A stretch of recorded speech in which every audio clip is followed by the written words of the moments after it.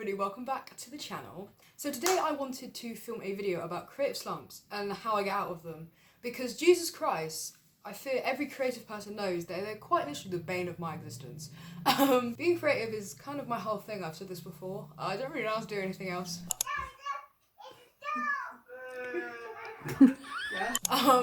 So when I'm stuck in a cycle of like not being able to create things, it just feels so weird and I don't really know what's going on. So I thought I would share my tips of how I get out of a creative slump to maybe help you.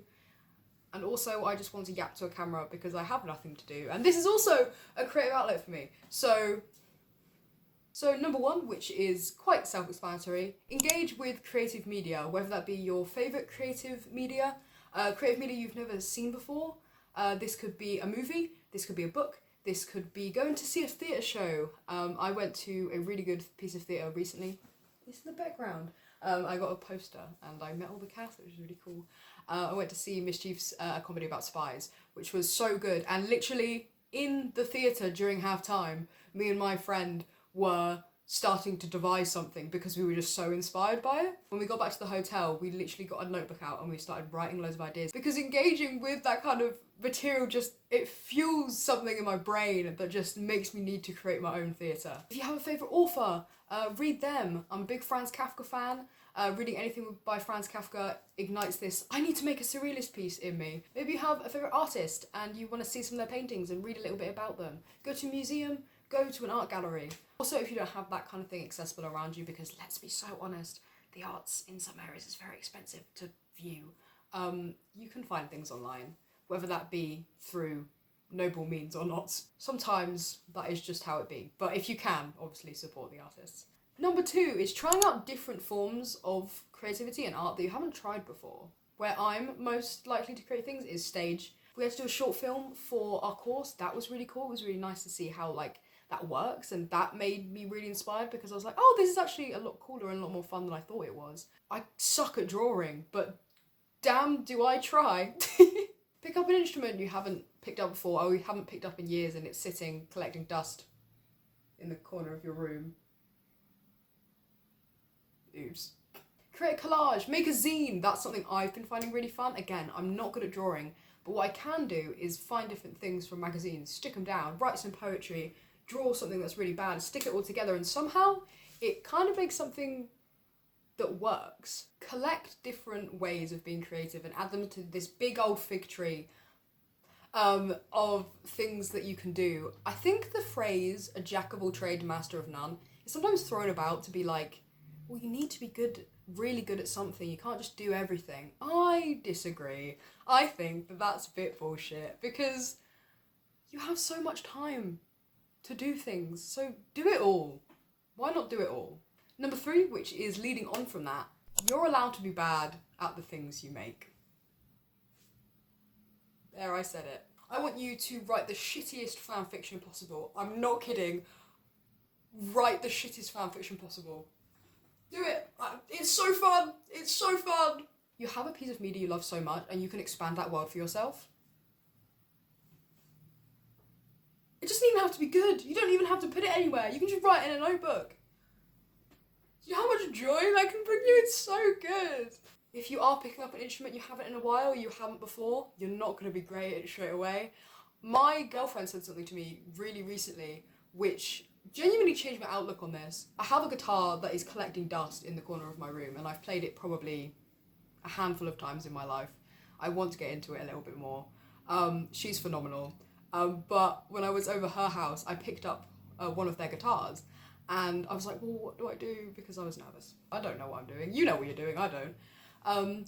And she said, do whatever you want. It's just about making it sound good. It doesn't need to be in a specific way. She's so right! Music theory's for nerds. I'm joking. My A-level music teacher will not be happy with me that I said that. I'm sorry. We're human. We don't have to be perfect. Everybody who's saying that is lying to you. They're lying. Put artistry into the mundane. Self-expression. Dress up in some goofy little outfit, some goofy little makeup, and have a good time. Go out if you want to. Don't go out. Sit in your room. It doesn't matter. You've done it. And look how cool you look right now. Look at yourself. Tell you how cool you look. You might look a little bit insane, but that's cool.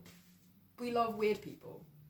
Be the weird person you are. I'm obsessed with doing clown makeup. I'm a clown, so that makes sense. And I love doing like gothic makeup. I like doing some really extravagant things. My girlfriend is a metalhead. I've mentioned her twice in the past like 2 seconds. I'm in love, guys, I'm sorry. But she's a metalhead, so she's into all of that funky makeup as well, and I use her as a canvas because I need a canvas, and they're there, therefore.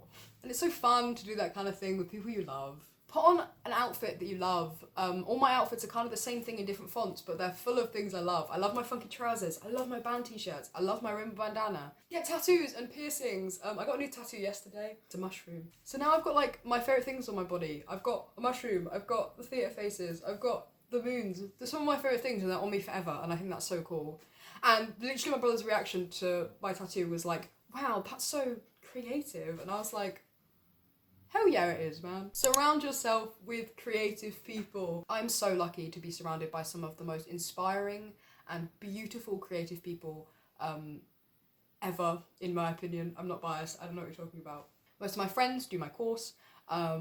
If not, my other friends are creative in completely different ways, and it's beautiful. We can make things together. I'm in a theatre group with people in my class. Me and my friend are devising a piece of theatre at the moment. I'm surrounded by musicians and artists, and it is phenomenal. I love it so much. It's so cool to bounce ideas off one another.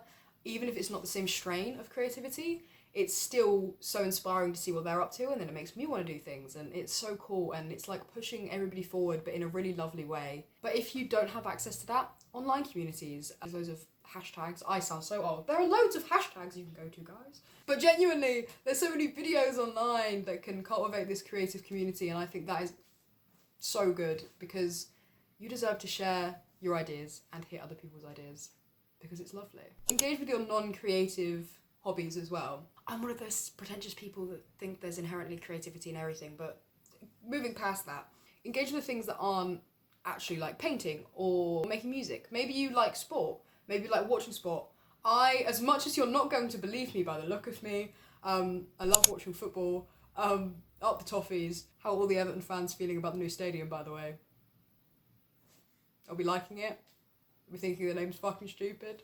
But giving yourself the time to be away from your projects allows you to like have them in the back of your mind. They can settle there, and you aren't burning yourself out, basically. And also, other things in your life are just as important.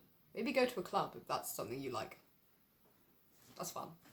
This goes on for my point about your art not needing to be good, but also allow yourself to be this most weird, eccentric version of yourself that you want to be.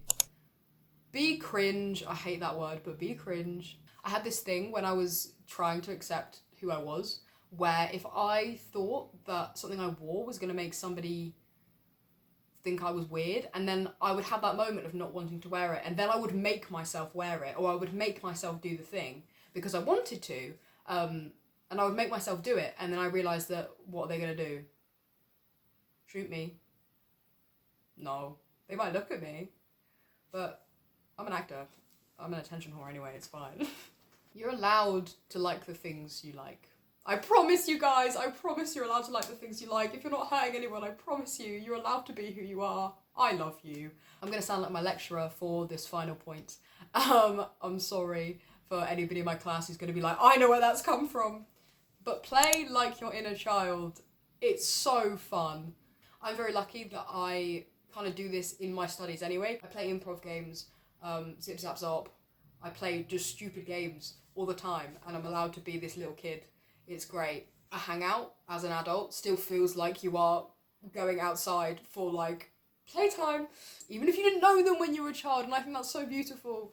D&D is really good for this. If you are a D&D fan, D&D is really good because it is just a role-playing game and it's so good. We don't play mums and dads nearly enough as adults. What do you mean that's actually my life? Well, I want to roleplay that life, please. Go buy little trinkets and make up personalities for them. For example, this is a little guy that I made in the Lego store when I went to London. He plays the cello, and he's an alien, but also a mime. And his name is Dave. I love Dave. This is my worm on a string. And she's just an icon. She's a little sassy bitch, and I love her. She just sits on my bookshelf and stares at people and judges them for what they're going to pick out of the bookshelf.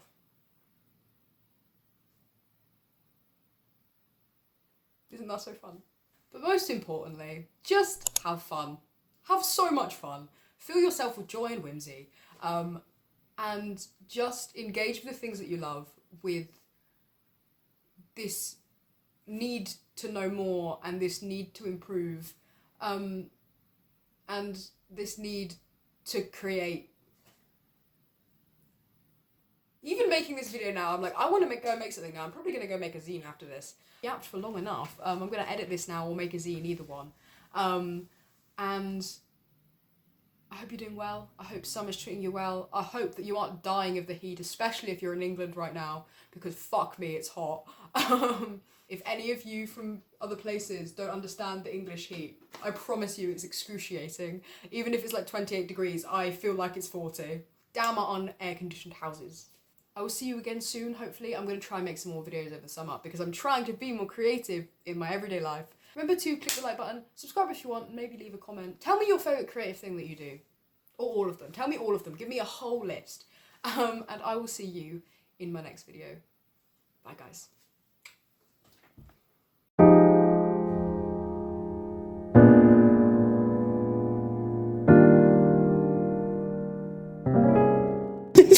Hey, look, I'm Pythagoras.